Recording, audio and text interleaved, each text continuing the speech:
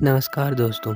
आजकल आप रोज़ सुन रहे होंगे कि Bharat 5th generation fighter jet को खरीदना चाहता है। भारत खुद का अपना 5th जनरेशन फाइटर जेट बना रहा है। तो आखिर ये 5th जनरेशन फाइटर जेट है क्या? तो एकदम सरल शब्दों में बताऊंगा, तो ध्यान से सुनो। नॉर्मल फाइटर जेट की तरह 5th जनरेशन फाइटर जेट भी होता है, पर इसकी दो सबसे बड़ी खूबियाँ रहती है। पहली है स्टेल्थ डिज़ाइन और दूसरी है इंटरनल वेपन वे। इंटरनल वेपन वे में आप हथियार को फाइटर जेट की बॉडी के अंदर रखते हो। इसमें मिसाइल बाहर लटकी हुई नहीं मिलती है। स्टेल्थ का मतलब ये है कि अगर आपके पास कोई चीज़ है जिसका साइज हाथी के बराबर है और वो रडार पर एक चींटी के जितनी दिखे, तो इसको स्टेल्थ कहते हैं। ये मैंने आपको सरल भाषा में समझाया। ये दो तरीक़ों से होता है। एक तो एयरक्राफ्ट के बॉडी को एंगलों पे बनाओ और दूसरा होता है रैम कोटिंग, यानी रडार एब्जॉर्बेंट मटेरियल की फाइटर जेट पे कोटिंग करो। तो 5th जनरेशन फाइटर जेट आपको समझ में आ गया होगा। तो चलिए अब वीडियो की तरफ बढ़ते हैं और बात करते हैं भारत के खुद के 5th generation fighter jet EMC यानी कि एडवांस मीडियम कॉम्बैक्ट एयरक्राफ्ट की कुछ खासियत। तो देखो, ये भारत का खुद का 5th जनरेशन फाइटर जेट होगा। 2 इंजन इसमें लगे होंगे जो कि इसे बिना आफ्टर बर्नर ऑन किए सुपरसोनिक स्पीड में उड़ने में मदद करेंगे। और इसके इंजन 160 प्लस 80 का थ्रस्ट प्रोड्यूस करेंगे, यानी 160 इसका ड्राई थ्रस्ट होगा और 80 इसका आफ्टर बर्नर थ्रस्ट होगा। इसमें इंटरनल वेपन भी होंगे और हथियारों में बियॉन्ड विजुअल रेंज की मिसाइलें होंगी, ब्रह्मोस जैसी मिसाइलें होगी। हालांकि एमका अभी डेवलपिंग फेज़ में है, इसके बारे में ज़्यादा जानकारी मैं आपको नहीं दे सकता। तो इसके बारे में मैं आपको कुछ अनुमानित चीज़ें बता देता हूँ। इसकी रेंज लगभग होगी 1600 किलोमीटर। ये लगभग 7000 किलो का पेलोड ले जा पाएगा। इसका RCS यानी रडार क्रॉस सेक्शन जो होगा, मतलब ये रडार पर एक टेनिस बॉल के जितना दिखाई देगा। और इसका पर यूनिट प्राइस होगा $90 मिलियन, यानी 800 करोड़ के आसपास। एमका को ओपन आर्किटेक्चर टेक्नोलॉजी से बनाया जाएगा। इसका मतलब होता है कि एमका को ये लगाओ टुकड़ों में बनाया जाएगा, जिससे अगर कोई नई टेक्नोलॉजी इसमें फिट करनी हो तो आसानी से हो जाए। अब बात करते हैं second 5th generation fighter jet F-35। ये एक अमेरिका का फाइटर जेट है। और मेरे को जो इसकी सबसे बड़ी खासियत लगती है वो है इसकी वीटेल कैपेसिटी, यानी ये फाइटर जेट को उतरने और उड़ने के लिए रनवे नहीं चाहिए। इसमें वीटेल कैपेसिटी आती है।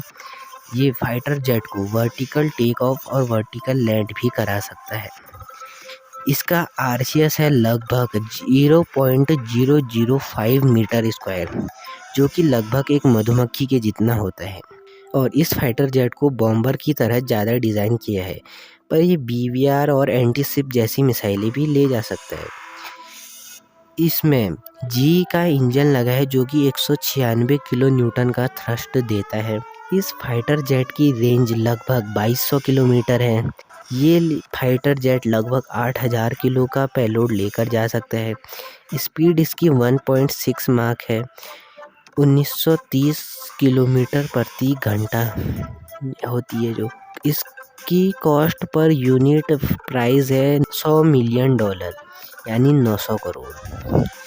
अब बात करते हैं J-20 5th generation fighter jet. ये एक Chinese 5th generation fighter jet है। इसका RCS लगभग 0.05 है, जो कि लगभग एक छोटी चिड़िया के जितना है। इसमें 2 इंजन लगे हैं। हालांकि ये एक चाइनीज़ वेपन है जिसकी मेरे को आपको खासियत बताने की ज़रूरत नहीं है। इनके पास क्वालिटी से ज़्यादा क्वांटिटी होती है, जो कि एक नंबर के कबाड़ होते हैं। और मैं आपको इसकी कुछ चीज़ें बता देता हूँ। इसकी रेंज लगभग 2000 किलोमीटर है। ये लगभग 7000 किलो का पेलोड लेके उड़ सकता है। स्पीड इसकी 2 मैक है, यानी 2400 किलोमीटर प्रति घंटा। इसकी पर यूनिट प्राइस है लगभग $110 मिलियन, लगभग 1000 करोड़। अब बात करते हैं Su-57 ये एक रूस का 5th जनरेशन फाइटर जेट है। ये दुनिया का सबसे बड़ा 5th जनरेशन फाइटर जेट है और ये अपनी सुपर मैन्यूवरेबिलिटी के लिए जाना जाता है, यानी हवा में कलाबाजी के लिए।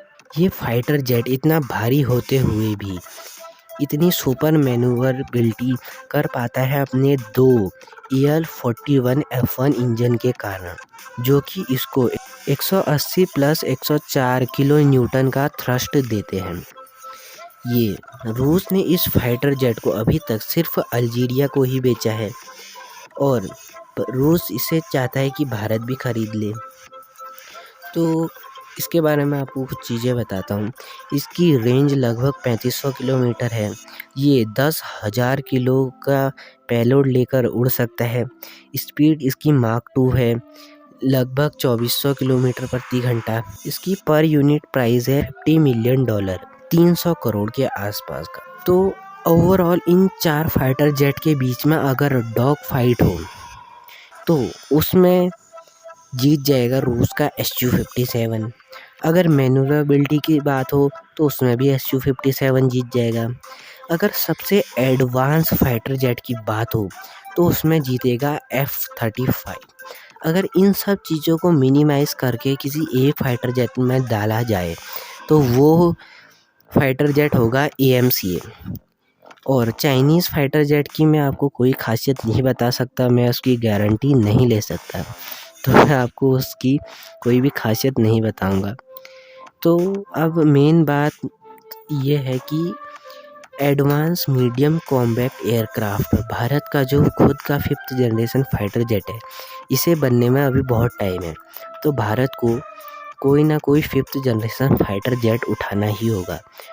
तो मेरे हिसाब से भारत को Su-57 ही लेना चाहिए, क्योंकि रूस एक तो ट्रांसफ़र ऑफ टेक्नोलॉजी देने की बात कर रहा है, उल्टा उसने बोला है कि आप इसको किसी भी देश को बेच सकते हो, जैसे आप ब्रह्मोस बेचते हो।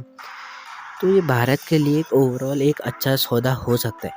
जैसे हमने Su-30K के साथ किया था, उसे Su-30 MKI हमने बनाया, तो Su-57 MKI भी हम बना सकते हैं, पर ये मिनिस्ट्री ऑफ डिफेंस फैसला लेगी इसका। उम्मीद है जल्द ही भारत की धरती पर कोई ना कोई 5th जनरेशन फाइटर जेट उड़ेगा और हमारा MK के उड़ने में तो अभी वक्त है। तो अगर आपको इस वीडियो से कोई भी क्वेश्चन पूछने हो तो आप कमेंट में पूछ सकते हो, मैं आपको उनके आंसर ज़रूर बताऊंगा। तो ये है इस वीडियो का अंत, मिलते हैं अगली वीडियो में। जय हिंद, जय भारत।